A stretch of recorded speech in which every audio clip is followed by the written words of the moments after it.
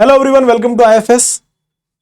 कभी माइंड में ये आया है कि मैं भी टॉप 10 रैंकर बन सकता हूं, और अगर मुझे टॉप 10 या अंडर 10 रैंक लानी है तो उसके लिए मेरे को कितने मार्क्स की रिक्वायरमेंट रहेगी। पेपर अपना कितने का होता है, इसे लेके कितने मार्क्स अगर मैं लेके आऊं, कितने का मैं अगर टारगेट करूं जिससे कि मेरी रैंक है वो अंडर 10 आ सके। How many marks required to get top 10 rank. तो सबसे पहले तो हम बात करते हैं कि भाई टॉप 10 रैंक लाने का फायदा क्या है।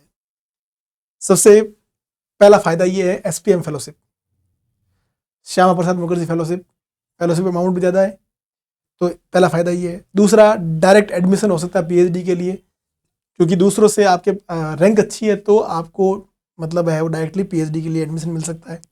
इंटरनेशनल रिसर्च एक्सपोजर मिल सकता है आपको।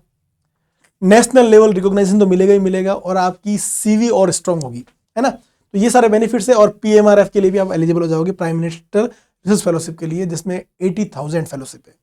तो ये तो बेनिफिट है।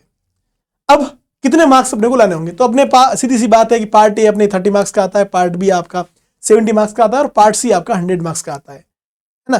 पार्ट ए में 15 क्वेश्चन करने होते हैं, बी में वो 20 और सी में 20 क्वेश्चन करने होते हैं।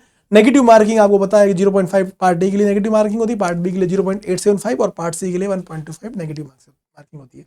कितने मार्क्स लेके आए जिससे कि रैंक अंडर 10 आ सके, तो ये रहा उसका पूरा ब्यौरा। सेफ टारगेट 160 प्लस का टारगेट आपको रखना होगा। पार्ट ए के अंदर एटलीस्ट आपको 26 टू 28 मार्क्स है वो पार्ट ए के अंदर लाने होंगे।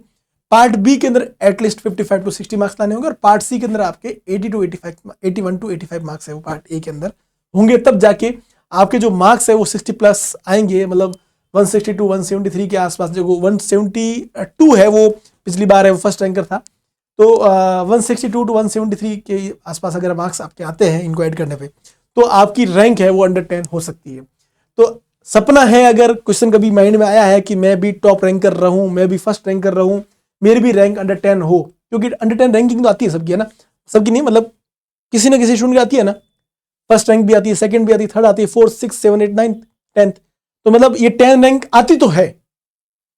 हम ला सकते नहीं ला सकते, तो हमको अगर ये रैंक लानी है तो फिर अपने को ये नहीं देखना होगा कट ऑफ कितनी जा रही है, हमको ये देखना होगा कि मेरी कट ऑफ ये है। मेरी जो कट ऑफ है अगली बार की 160 रहेगी, और मेरे को 160 प्लस मार्क्स लाने हैं, तब जाके मेरी रैंक है वो अंडर 10 आ सकेगी। ओके, और उसके लिए सुपर इमोशन बैच आपके लिए अवेलेबल है। और स्ट्रेटजी क्या करनी है आपको, इसके लिए आपको एटलीस्ट 10 से 12 घंटा पढ़ना होगा। एक आपको स्ट्रिक्टली शेड्यूल फॉलो करना होगा, किसी के साथ कंपेयर नहीं करना है, दूसरों के साथ कंपेयर नहीं करना है, ठीक है।